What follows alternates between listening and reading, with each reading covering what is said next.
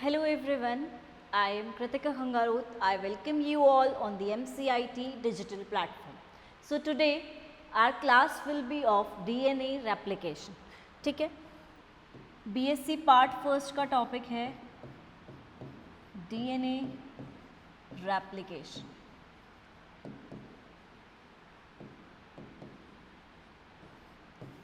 All right. Generally DNA replication word को समझने से पहले हम सबसे पहले बात करते हैं हमारी सेंट्रल डॉगमा की. ठीक है, सेंट्रल डॉगमा जो कि आप 12th में भी पढ़ के आए हैं. सेंट्रल डॉगमा ये कहता है कि डीएनए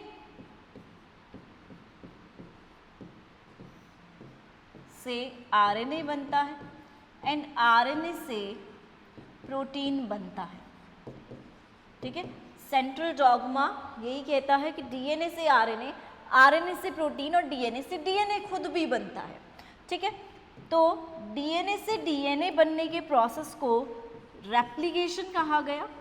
ठीक है, यानी कि डीएनए खुद की ही कॉपीज को भी बनाता है. डीएनए से आरएनए बनने वाली प्रक्रिया को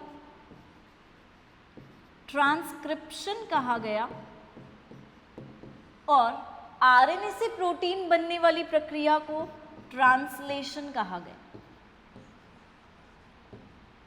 ठीक है, आई होप सेंट्रल डॉगमा आप सब पढ़ के आए हैं. तो डीएनए से आरएनए बनता है, आरएनए मोस्टली एमआरएनए टाइप का बनता है एंड देन उससे आगे जाकर प्रोटीन्स बन जाते हैं. ठीक है, तो ये हमारी थी सेंट्रल डॉगमा. ठीक है, अब हमें क्या पढ़ना है, डीएनए और रेप्लिकेशन दोनों चीज़ों को हमें एक्सप्लेन करना है. तो देखेंगे सबसे पहले डीएनए.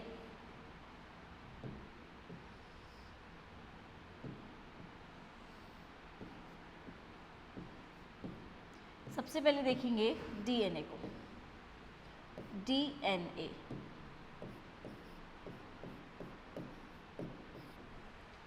इसका फुल फॉर्म क्या होता है, डीऑक्सी राइबोस न्यूक्लिक एसिड. ठीक है, deoxy ribose nucleic acid is DNA and general भाषा में हम डीऑक्सी राइबोस जो भी बोल रहे हैं वो डीऑक्सी राइबोस का मतलब क्या है कि सेकेंड कार्बन से, सेकेंड कार्बन जो हमारा पेंटोज शुगर में प्रेजेंट होगा, एक पेंटोज शुगर इस तरह से प्रेजेंट रहती है, इसमें जो सेकेंड कार्बन ये वाला कार्बन होता है इसमें डीऑक्सी यानी कि ऑक्सीजन यहाँ पे OH होता है आरएनए में क्योंकि वो राइबोज शुगर कंटेन करती है.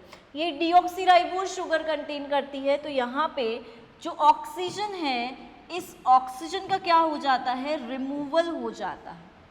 ठीक है, ऑक्सी डीऑक्सी है, डी मीन्स हटना, ऑक्सी मीन्स ऑक्सीजन का रिमूवल. किस कार्बन से, सेकेंड कार्बन से. तो ये हो जाती है डीऑक्सीराइबोज शुगर यानी कि डीऑक्सीराइबोज न्यूक्लिक एसिड हमारा डीएनए होता है. अब जब हम बोल रहे हैं डीऑक्सीराइबोज न्यूक्लिक एसिड किससे बनता है, हमारा न्यूक्लियोटाइड्स से बनता है. ठीक है, डीऑक्सीराइबोज न्यूक्लिक एसिड किससे बन रहा है, न्यूक्लियोटाइड्स से बन रहा है. यानी कि न्यूक्लियोटाइड्स इसके स्मॉलर यूनिट बोल सकते हो या स्मॉलर इकाइयां हैं. अब न्यूक्लियोटाइड्स से आगे जाकर हमारा क्या बनता है, यानी कि आप बोल सकते हो न्यूक्लियोटाइड्स किससे मिलकर बने हुए हैं, न्यूक्लियोसाइड्स से मिलकर बने हुए हैं. ठीक है, तो ध्यान रखिएगा डीएनए न्यूक्लियोटाइड से मिलकर बनता है. मोस्ट प्रोबेबली एरोज हमें रिवर्स डायरेक्शन में लगाने चाहिए तो हमें चीज़ें कंफ्यूज नहीं करेंगी कि न्यूक्लियोसाइड से न्यूक्लियोटाइड्स बनते हैं, न्यूक्लियोटाइड्स से डीएनए का फॉर्मेशन होता है. ठीक है, तो जनरली देख लेते हैं न्यूक्लियोटाइड्स क्या होते हैं. जनरल लैंग्वेज में हम देखते हैं न्यूक्लियोटाइड्स क्या होते हैं.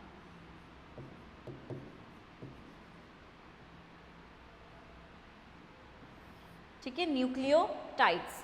न्यूक्लियोटाइड्स एक्चुअल में 3 चीज़ों से मिलकर बनते हैं। एक होती है पेंटोज शुगर, ठीक है, एक होती है पेंटोज शुगर, एक होता है नाइट्रोजन बेस, ठीक है, नाइट्रोजन बेस,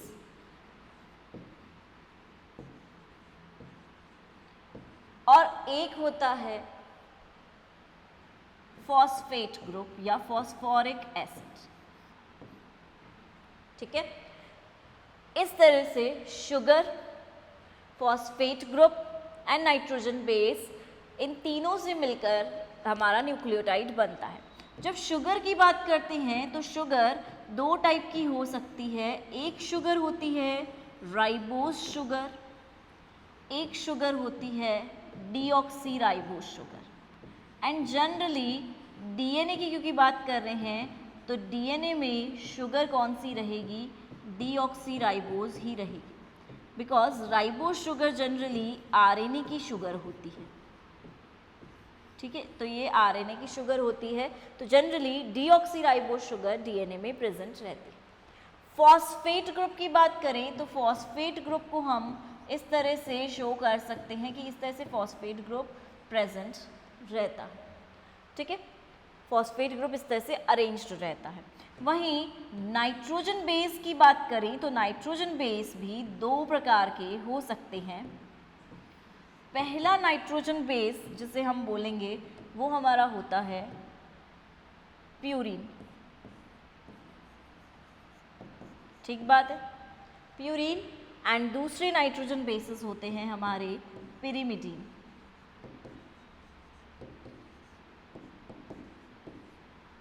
ठीक है। प्यूरिन जो होते हैं वो कौन कौन से होते हैं देख लेंगे।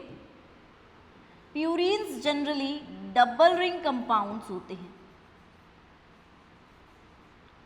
जिनमें डबल रिंग्स प्रेजेंट रहती है, वो कंपाउंड्स होते हैं प्यूरिन, राइट। अब डबल रिंग कंपाउंड्स इस तरह से प्रेजेंट रहेंगे कुछ, ठीक है, इस तरह से प्यूरिन्स प्रेजेंट रहते हैं। बट जो पिरिमिडीन्स हैं हमारे, ये कैसे होते हैं, सिंगल रिंग कंपाउंड्स,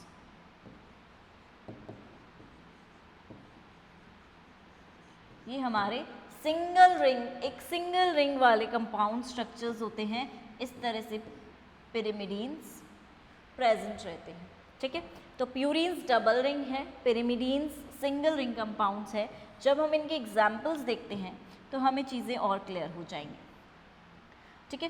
प्यूरिन्स के एग्जाम्पल्स होते हैं हमारे AG एडेनिन ग्वेनिन, एंड पिरिमिडीन्स के एग्जाम्पल्स होते हैं हमारे C cytosine, T and U भी होता है जो कि एक्चुअल में आरएनए में प्रेजेंट रहता है, डीएनए में प्रेजेंट नहीं रहता है, ठीक है। तो A एंड G जो है प्यूरिन्स हैं, C and T mostly DNA में पिरिमिडीन्स हैं, सिंगल रिंग कंपाउंड्स हैं, ठीक है। तो इस तरह से हम प्यूरिन्स एंड पिरिमिडीन्स को पढ़ते हैं। दूसरी इंपॉर्टेंट चीज़ देखोगे,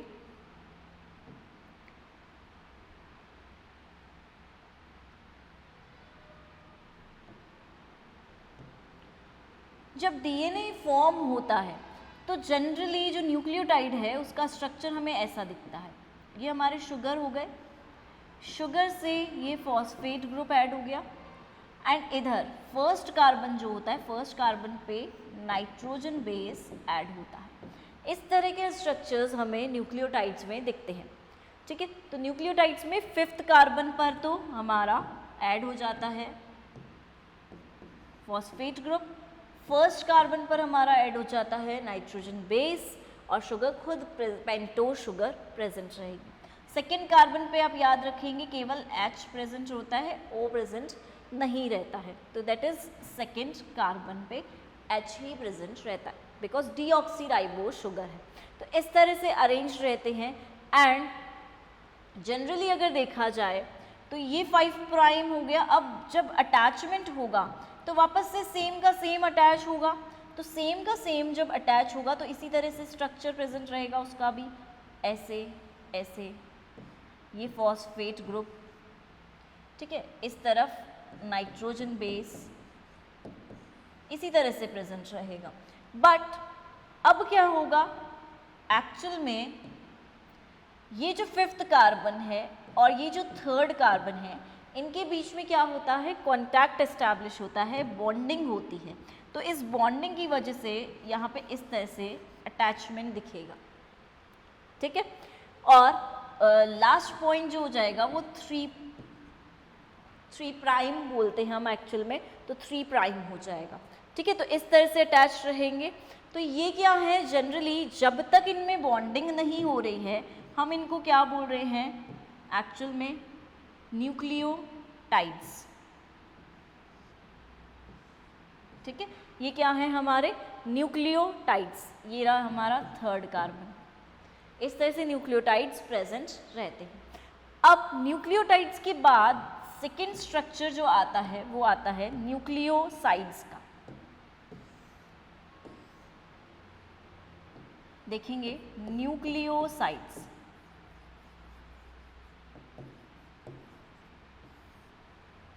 ठीक है। न्यूक्लियोसाइड्स एक्चुअल में क्या होते हैं, पेंटोस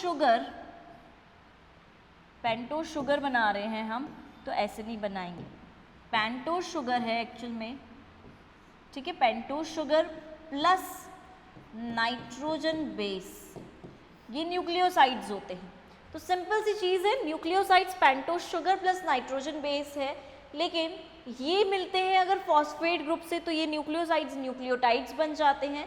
एंड ये सारे के सारे न्यूक्लियोटाइड्स जब एक दूसरे से जुड़ते हैं तो वो डीएनए फॉर्म करता है। अब डीएनए का स्ट्रक्चर देखोगे किस तरह से डीएनए बनता है,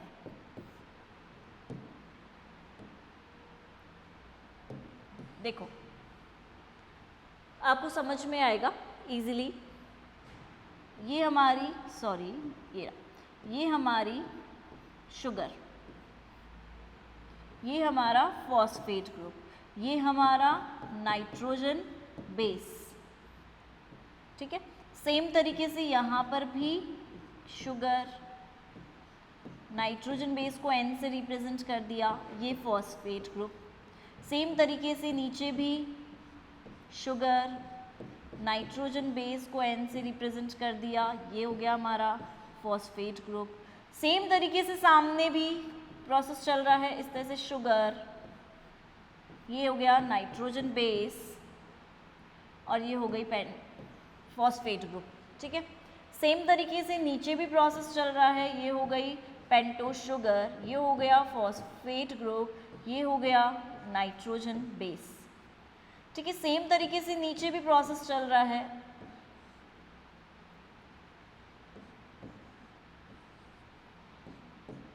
ग्रुप नाइट्रोजन बेस। बट क्योंकि हम क्या बोलते हैं जब भी डीएनए की बात करते हैं, एक चीज़ हमेशा ध्यान रखना, डीएनए का नेचर कैसा होता है, एंटी पैरेलल। अगर स्ट्रक्चर्स इस तरह से अरेंज रहेंगे, मैं बोल रही हूँ डीएनए कैसा होता है, anti parallel.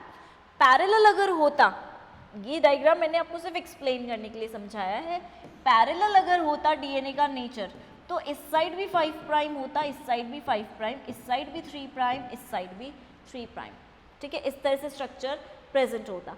But generally DNA का स्ट्रक्चर कैसा होता है, एंटी पैरेलल। हमें क्या चाहिए कि अगर ये मेरा 5 प्राइम एंड है तो ये सपोज 3 प्राइम एंड है, ठीक है। सब जगह देख लो, ये 3 प्राइम है, ये 3 प्राइम है, ये 5 है, ये 5 है, तो ये तो ठीक है। लेकिन यहाँ पे भी मैं क्या देख रही हूँ, 5 5 5 और नीचे 3। तो क्योंकि डीएनए का नेचर एंटी पैरेलल है, इसलिए हम ये वाला जो हमने बनाया है ये हम रिमूव कर देते हैं, ठीक है। और जो स्ट्रक्चर है वो इस तरह से भी नहीं बनेगा, वो किस तरह से बनेगा, 5 to 3 prime and 3 prime to 5 prime, इस तरह से इनके बीच में बॉन्डिंग होगी, ठीक है। तो एक्चुअल में एंटी पैरेलल नेचर का मतलब ही ये होता है कि इस तरह से ये प्रेजेंट रहेगा। अब देखो अगर एंटी पैरेलल नेचर है तो हम एंटी पैरेलल के हिसाब से ही बनाएंगे इसको। तो देखो अब कैसे बनता है,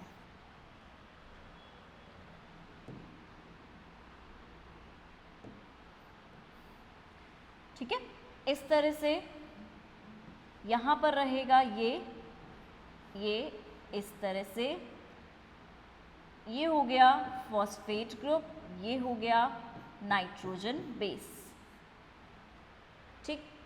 सेम तरीके से और नीचे की तरफ जाएंगे तो ये हो गया पेंटोज शुगर,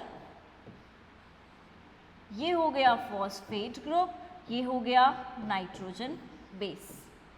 सेम तरीके से और नीचे जाएंगे, ये हो गया फॉस्फेट ग्रुप, ये हो गया नाइट्रोजन बेस, ठीक है। इस तरह से रिवर्स में रहेगा और फिर अपन मार्क तो कर ही सकते हैं।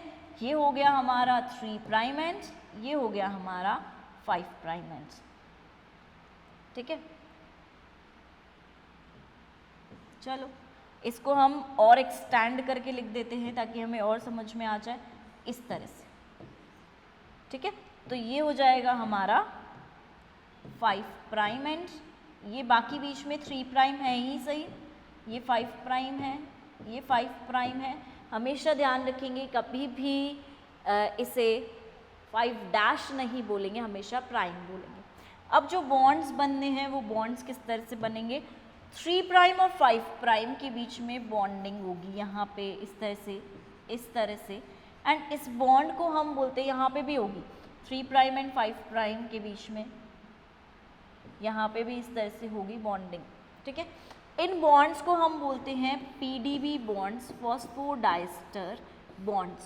पीडीबी बॉन्ड्स का फॉर्मेशन होता है। इन पीडीबी बॉन्ड्स के साथ साथ नाइट्रोजन बेस कैसा है उसके बेसिस पर भी क्या होती है, बॉन्डिंग होती है। फॉर एग्जाम्पल सपोज मैं नाइट्रोजन बेस की जगह रिमूव कर देती हूँ,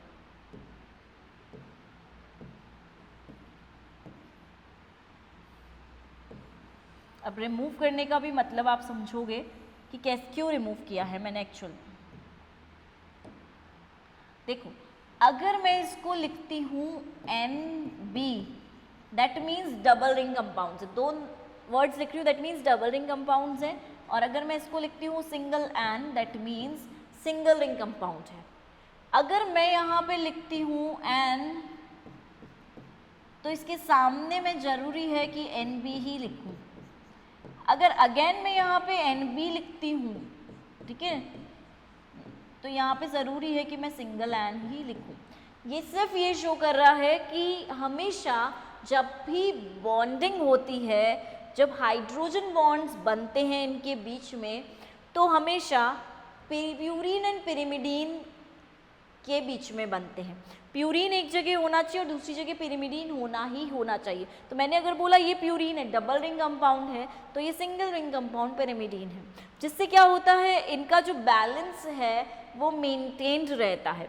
फॉर एग्जाम्पल अगर मैं बोलूँ ये यहाँ पर प्यूरीन है, प्यूरीन हमने 2 ही पढ़े, कौन कौन से हो सकते हैं, A या G। तो यहाँ पे सपोज A है तो A के साथ, या यहाँ पे मैं मान लूँ G है, प्यूरीन प्यूरीन लिख रही हूँ मैं, यहाँ पे सपोज मैंने बोला A है, तो इनके साथ क्या हो सकता है, पिरिमिडीन्स। पिरिमिडीन्स हमने 2 ही पढ़े, या तो C या T, क्योंकि DNA है। तो यहाँ क्या हो जाएगा, A के साथ हमेशा मोस्टली TE आएगा, G के साथ CE आएगा, एंड अगेन A के साथ TE आएगा, ठीक है। तो ये हो गए अरेंज्ड।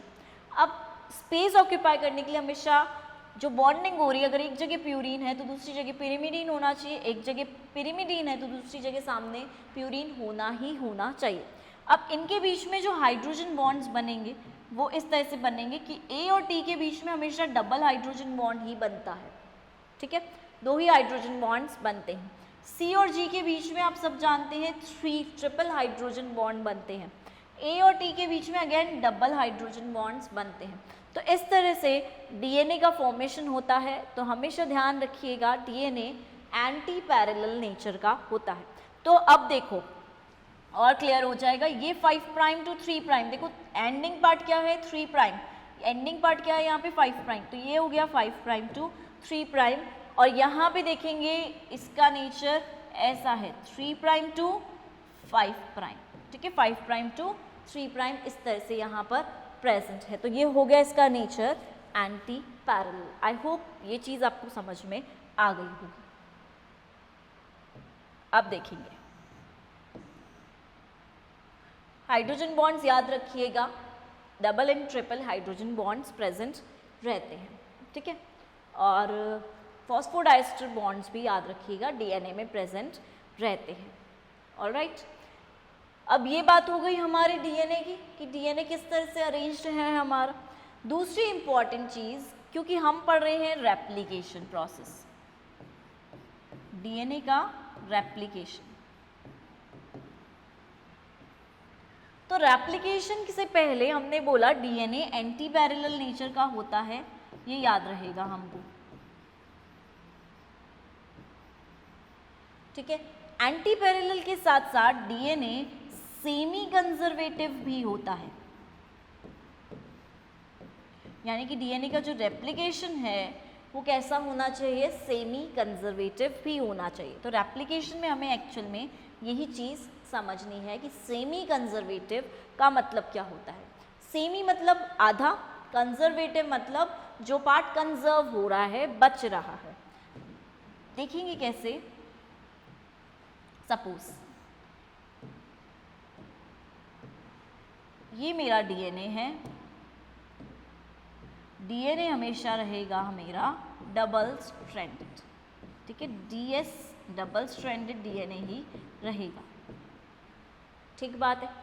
जब मैंने बोला डबल स्ट्रैंडेड डीएनए यहाँ पे प्रेजेंट है, तो डबल स्ट्रैंडेड डीएनए ब्रेक भी तो होगा, ये ब्रेक होगा।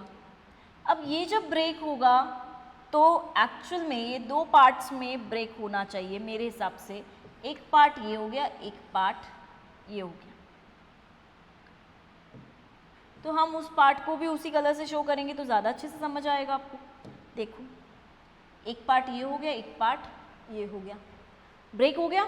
अब मैंने ये बोला था कि ये जो पार्ट है ये तो मेरा जा रहा था 5 प्राइम टू 3 प्राइम, और ये जो नीचे वाला पार्ट एंटी पैरेलल है तो 3 प्राइम टू 5 प्राइम जा रहा था। तो ब्रेक होने के बाद ये हो गया 5 प्राइम, ये हो गया 3 प्राइम, ये हो गया अगेन 5 प्राइम, ये हो गया 3 prime. I think 3 prime 5 prime आप समझ गए होंगे। 5 कार्बन, 5th कार्बन पर फॉस्फेट ग्रुप होता है तो इसलिए वो 5 प्राइम ऊपर है, इसलिए 3 कार्बन अगर नीचे होता है तो दैट इज़ 3 प्राइम। तो इस तरह से 5 प्राइम 3 प्राइम को हम डिनोट करते हैं। अब जब ये फर्स्ट राउंड ऑफ रेप्लिकेशन में जा रहा है, तो फर्स्ट राउंड ऑफ रेप्लिकेशन में जाते समय देखोगे अब क्या होगा भाई, जो भी पॉलीमरेज है वो रीड करके इसके ऊपर एक स्ट्रैंड बनाएंगे इस तरीके से, सेम तरीके से इस डायरेक्शन में बनेगा। ऐसे ही 5 टू 3 प्राइम इस डायरेक्शन में एक नया स्ट्रैंड बनेगा। तो इस तरह से डिफरेंट स्ट्रैंड्स का फॉर्मेशन होता है। तो फॉर्मेशन हो गया, तो हमने क्या बोला कि जब डीएनए रेप्लिकेशन में जाता है तो हाफ पोर्शन उसका कंजर्व होता है। जब डीएनए बना तो ये नया डीएनए बना, ये नया डीएनए बना। सीक्वेंस सेम हो सकती है, ठीक है। सीक्वेंस मैं बोल सकती हूँ कि अगर यहाँ पे मेरी सीक्वेंस सपोज ACGT है तो सीक्वेंस मेरी यहाँ पे भी ACGT ही रहेगी। और इसके नीचे अगर मैं बोल रही हूँ सीक्वेंस है TGCA तो यहाँ पे भी मेरी सीक्वेंस TGCA ही रहेगी, सीक्वेंस सेम रहेगी। अब इसको रीड करके तो T आ सकता है, यहाँ पे इसको रीड करके G ही आ सकता है, इसको रीड करके C आ सकता है, इसको रीड करके A ही आ सकता है जो नया बन रहा है। सेम इसको रीड करके A ही आएगा, C आएगा, G ही आएगा, T ही आएगा। तो देखिएगा सीक्वेंस सिमिलर है, ACGT वापस से ACGT ही है, TGCA वापस से TGCA ही है, सीक्वेंस सेम रहेगी क्योंकि रेप्लिकेशन बोल रहे हैं हम। एग्जैक्ट कॉपी होता है ना रेप्लिकेशन, रेप्लिकेशन का मीनिंग क्या होता है, एग्जैक्ट कॉपी जो बिल्कुल सेम बन रही है, ठीक है, एग्जैक्ट कॉपी बनना। अब जब रेप्लिकेशन एग्जैक्ट कॉपी है तो सेमी कंजर्वेटिव का मतलब यहाँ पर क्या हो जाएगा कि ये जो ब्लू वाली है ये कंजर्व हो रहा है, ऐसे ही पिंक वाला जो है वो कंजर्व हो रहा है, यानी कि वो सेम है, उसमें कोई चेंज नहीं हुआ है, वो नया नहीं है, वो ओल्ड स्ट्रैंड ही है। यानी कि ओल्ड स्ट्रैंड जो है वो आधा तो रिजर्व हो जाता है, आधा नया स्ट्रैंड बनता है। यानी कि डीएनए अगर डबल स्ट्रैंडेड है तो सीधी सी बात है दो सिंगल स्ट्रैंड से मिलकर फॉर्म होगा। दो सिंगल स्ट्रैंड से मिलकर जब फॉर्म हो रहा है तो दो सिंगल का आधा क्या हुआ, सेमी मतलब आधा, दो सिंगल स्ट्रैंड का आधा क्या हुआ, एक स्ट्रैंड।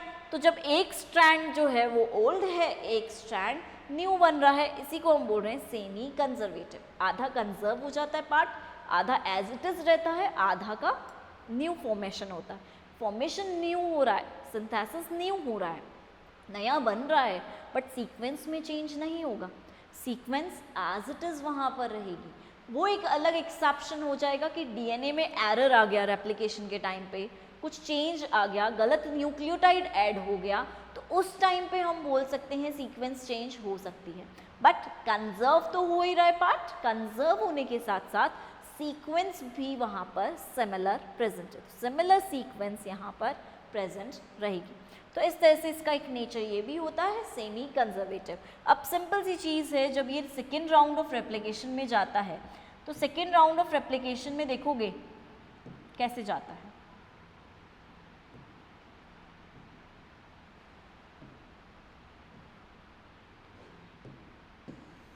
देखो ये ही जाएगा ना सेकेंड राउंड ऑफ रेप्लिकेशन में, तो कैसे जाता है देखो, ये अलग हो जाएगा, ये अलग हो जाएगा। अब देखोगे यहाँ पर एक नया बनेगा, यहाँ पर एक नया बनेगा, इसी के साथ साथ ये भी अलग हो गया, इसी के साथ साथ ये भी अलग हो गया। अब रेप्लिकेशन में जाएगा तो सीधी सी बात, सिंपल सी चीज़, जो सेम है वो तो कंजर्व हो जाएंगे, बाकी नए सिंथेसिस देखने को मिलेंगे।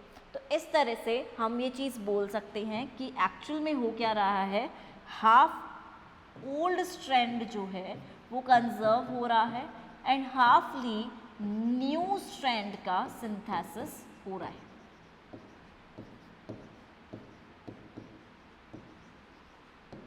ठीक है, न्यू स्ट्रैंड का फॉर्मेशन हो रहा है या न्यू स्ट्रैंड का निर्माण हो रहा है, सिंथेसिस हो रहा है। तो इस तरह से हम सेमी कंजर्वेटिव मेथड को एक्सप्लेन कर सकते हैं एंड सेमी कंजर्वेटिव का मतलब यही होता है।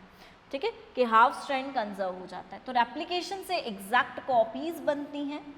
ठीक है, एग्जैक्ट कॉपीज में ओल्ड स्ट्रैंड कंजर्व हो जाता है और न्यू स्ट्रैंड जो है उसका सिंथेसिस हो जाता है, न्यू स्ट्रैंड अगेन नई तरीके से बनता है। ठीक है, ये तो हमने एक जनरल बात की है कि डीएनए क्या है एंड रेप्लिकेशन क्या है।